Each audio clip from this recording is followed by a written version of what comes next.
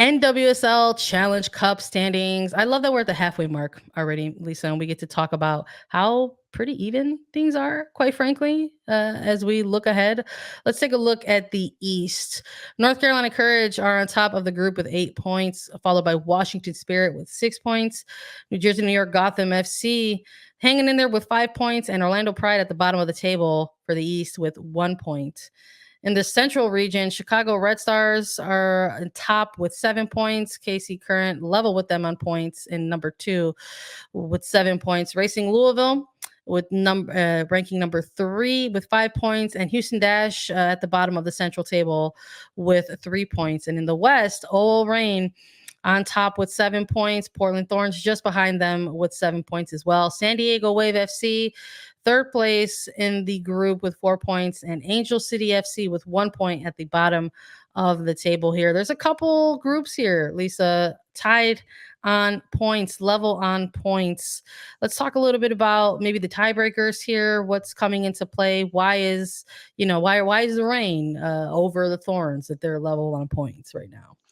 Yeah, there's a lot of different factors that come into this, and it's super important to note that heading into the semifinals for the Challenge Cup, it's the top team in each group and then the number 2 overall team. So even if you're not the head of your group, you can still make it into semifinals if you have as many points or the most points as the group. So looking at it right now, in second place terms, it's Portland Thorns and KC Current that are tied for that second place ranking right now, which is super important to look at, because even if you're not number 1, which I think when we look at Group B, it's going to be really tricky for OL Reign and Portland Thorns to continue to battle out, considering the rest of the matches that they have left. So even if they continue to get good goals against average and yellow card points come into play throughout the Challenge Cup as well. If you get 1 yellow card, it's 1 point against you. If you get a red card, it's 3 points against you. There's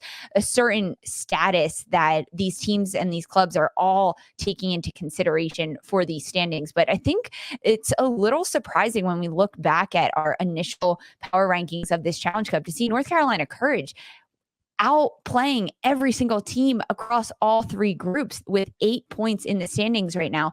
And then a number of teams tied at 7 points with Chicago, KC Current, OL Reign, and Portland Thorns. So it's pretty interesting to see where these sides are all coming into play. And now the competition that they have ahead of them that they have to play, because that's what you've got to look at now at this halfway point in the season.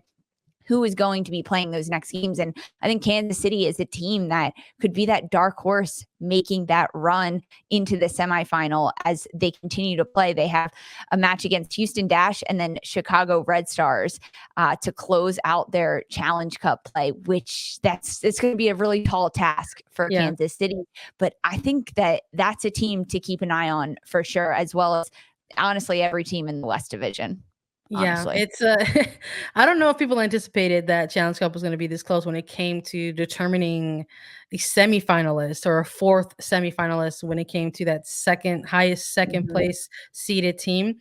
But it looks like that's what it's going to come down to. And we're noticing, when we did our preview, of course, of Challenge Cup, and we talked about tiebreakers and things like that, it's going to be a little different in terms of how that's going to shake out. It's not necessarily going to be head to head. They're going to be looking at goal differential, then goals for or against.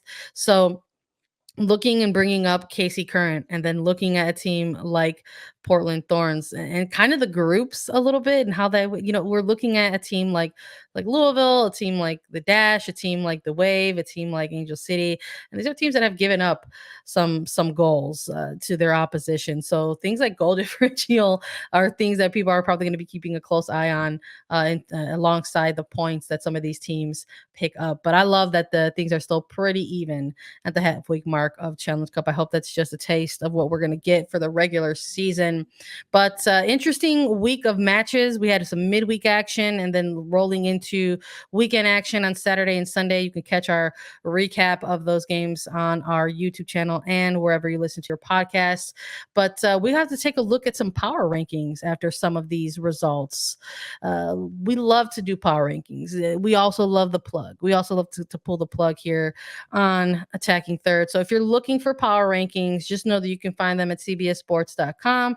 This one was tough for me to go through because we had a lot of teams come out with results. We had a lot of teams scoring goals. We had a lot of teams even in getting maybe like a draw or getting like a loss, had some very interesting things in between the lines to take into consideration. That's a fun thing about power rankings, right? They're all opinion based. They're all I feel statements.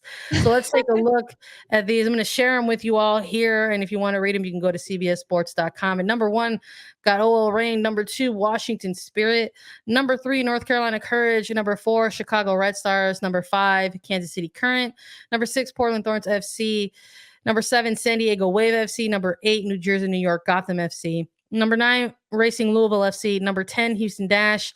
Number 11, Orlando Pride. And number 12, Angel City. Lisa, it was tough for me to do these because, quite frankly, I think you could take a team and make an argument and a case for them and shift things around a little bit. You totally can. And as we mentioned, these are a little bit opinion based on how you're going to do them. So now is the fun part for me. I get to argue some of your points and see what kind of points I could make. So I love that you have OL Reign ranked number 1 in these standings. It is very, very well deserved to see that team at number 1. 7 points only in the standings, based on Group B, and in that West region, they are leading that region. But this is a team that is very consistent on the pitch. And I think the consistency goes into these power rankings, at least for me. Next, you have Washington Spirit, and then number 3, North Carolina Courage. I would flip these two. I would keep North Carolina at number 2, just based on the fact that Washington Spirit only got their first win this past weekend against Orlando Pride. Otherwise, they've had draws across the board. And North Carolina Courage, this is a team that's also continued to maintain. They haven't lost yet. They're still unbeaten in this Challenge Cup. There are other teams that are catching up to them. In Washington Spirit, I think, is one of them. But for now, I would keep North Carolina at number 2 and Washington Spirit at number 3. These two teams, Washington and North Carolina, they play again on April 23rd. So we will talk about those games as they get closer. But that's one that I have circled on my match day. Yeah, absolutely. I want to see what that 100% is going to bring. Those two teams were ones that I kind of like flip-flopped a little bit too. And I wasn't too sure how I was going to rank them. So I'm absolutely open to your argument in that you would place the Courage at number 2, Spirit at number 3. But I'm also just kind of looking at recent form. I'm a little bit disappointed in seeing the Courage kind of have these kind of 2 consecutive performances. And they were strong performances. Ones that they're going to look back and say, these could have been wins, and they should have been wins, maybe, depending on the type of player that you're looking at. And they let these results go from potential 3-point victories to 1-point draws. And that is what did it for me. I was just like, you know what? Watching the Spirit was one of those teams that gave the Courage a draw, and they came from behind to level things out and sort of steal that victory away from the Courage. And then to sort of see this progression of the Spirit and their attack, watching their forwards get on the scoreboard a little bit more. That's why I ultimately went with Spirit number 2 and Courage number 3. But those two teams were pretty hard for me to rank in terms of 1 through 3. What else are you seeing here? I think that's a good point. I mean, the fact that North Carolina lost 2 leads in a row, but they did hold on to a tie. All right, moving on. We've talked about that one. Next, you have Chicago Red Stars, number 4, Kansas City 5, and Portland 6, and then San Diego 7. These 4 that you have, Chicago, Kansas City, Portland, San Diego, these are tricky for me to do. So I understand why you place them where you did, 4 through 7 in that standings. I think Portland should be higher.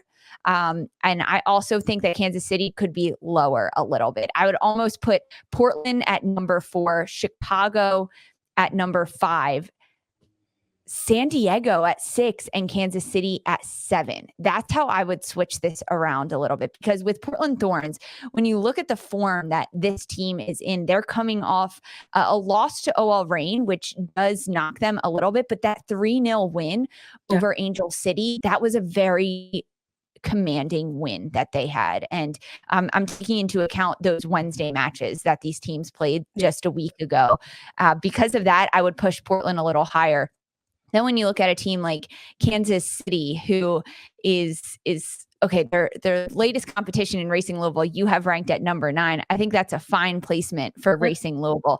However, Kansas City just lost 3-0 to Racing Louisville. So I think putting them at 5 that you have in their rankings is a little too generous for me. That's why I would just drop them, because when you go up against a team that is at the bottom of the table, doesn't have a lot of points, and they not only get 3 goals against you, one of them is an own goal, I will add that factor in there, but also a clean sheet, that just knocks down points in my mind as well. I think Chicago is still doing a really nice job. I mean, coming off of a 2-0 win is a huge, huge thing for Chicago. And I think maybe I'm just biased because these are I feel opinions. I want San Diego to be ranked a little bit higher, so I move them up a little bit. Then the commanding win that they had, scoring 4 goals over Angel City. Yeah. Yes, they conceded 2, one of them being an own goal. It does knock them down another point or 2, but I think that the offensive power that we saw from San Diego in getting 4 goals, a brace from Alex Morgan, this is the team that we are going to see have more consistency moving forward for San Diego Wave. So I bumped them up to number 6 in these standings. But those 4 were tricky for me. I had to move them around, write them out on my piece of paper, look at some different points I had for sure. Yeah, I think that middle part of the table, right, I think is always going to be tricky when it comes to power rankings, because you can maybe shift some of these teams who walked away with wins, draws, or losses in any kind of way. I'm also looking at, you mentioned how we're taking the last couple of games in consideration, the midweek and the weekend matches, but I have to say that I think I'm pretty comfortable with my San Diego Wave FC standing. I mean, I bumped them up a little bit out of the lower bottom of the half, from 8 to number 7. I'm also looking at the fact that they had a loss, as well, but they also got that win against an Angel City side that is struggling right now. So maybe there's more of a case there to bump up, a team, or bump down a team like the Current based on their performance that they had against Racing. But I was looking also at the performance that they had against Houston and tried to keep them in that top 6 in a certain kind of way. I think San Diego, I need to see a little bit more before I start seeing them hit that top 6. I mean, when we're looking at the bottom half of this, when we're looking at 9, 10, 11, 12, you said Racing Louisville, you're fine with that staying there. I am too. People might not realize this, but Racing Louisville prior to this power ranking was much, much lower, and their win bumped them up 3 more slots. And in terms of 10, 11, and 12, I had Dash, Pride, and Angel City. Are you comfortable with those final 3, or are you shifting anyone else around there, Lisa? When we do these power rankings, I feel like number 1 is always pretty easy to nail down. Number 2 is pretty easy to nail down. It's pretty easy to nail down who is going to be in that middle chunk. But actually the placement of them, that's where we get into the tuning, really looking at specifics. So Racing Louisville at number 9, I agree with that. They got a big win over Kansas City, so that does bump them up, but there's a lot of inconsistencies with this team. So that's why they're not cracking into that top 7, top 6 yet. Also New Jersey, New York, Gotham FC being at 8. I agree with that one as well. Yeah. With Houston, Orlando, and Angel City as the bottom 3, 10, 11, and 12. I like this. I like how this shook out. Angel City, I think, deserves to be at the bottom of the table right now, just based on their showing. Yes, they did get 2 goals against San Diego, so they found the back of the net. I think we give them an extra point. Yes, one was an own goal. And I just want to give Kristen Press an extra point because she's been trying so hard. She finally scored.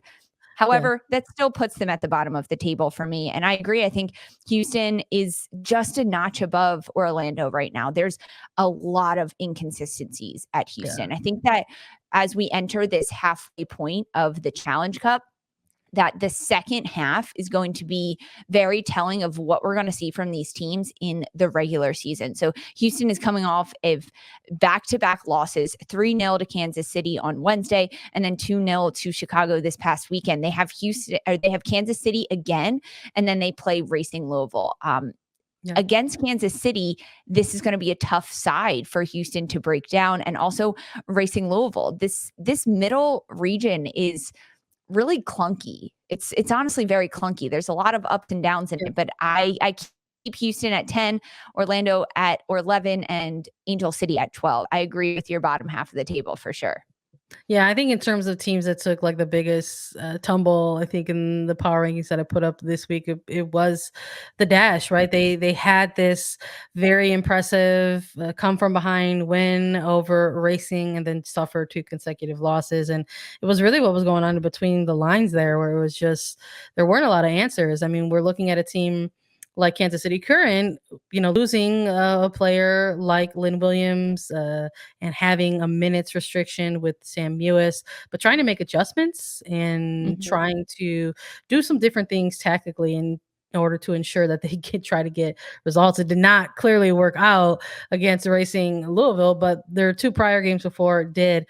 And with Houston in their more recent performances, just lack of answers, quite frankly. And we're starting to see, parts of the pitch where they're kind of needing to bulk up a little bit, and having, I'm looking at this club specifically from them was we're watching different teams make announcement for players and how this Houston Dash side is going to look at that. They tried to move Sophie Smith back into the midfield, and there's still not a lot of answers on the back line at this moment right now. This is a team that's conceded multiple goals over the last 2 matches. So they took the biggest tumble in this one in terms of rotating teams around.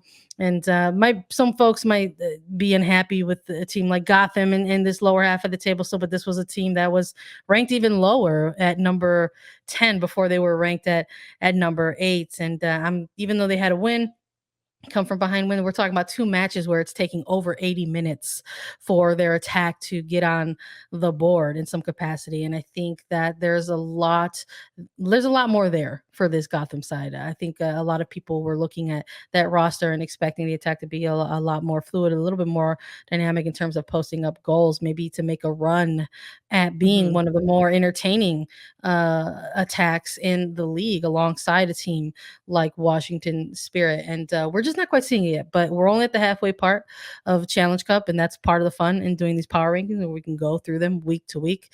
But I don't know. I think this week we agree a little bit more than we actually disagree. But that's the fun thing about the power rankings, and we'll have more for folks as Challenge Cup returns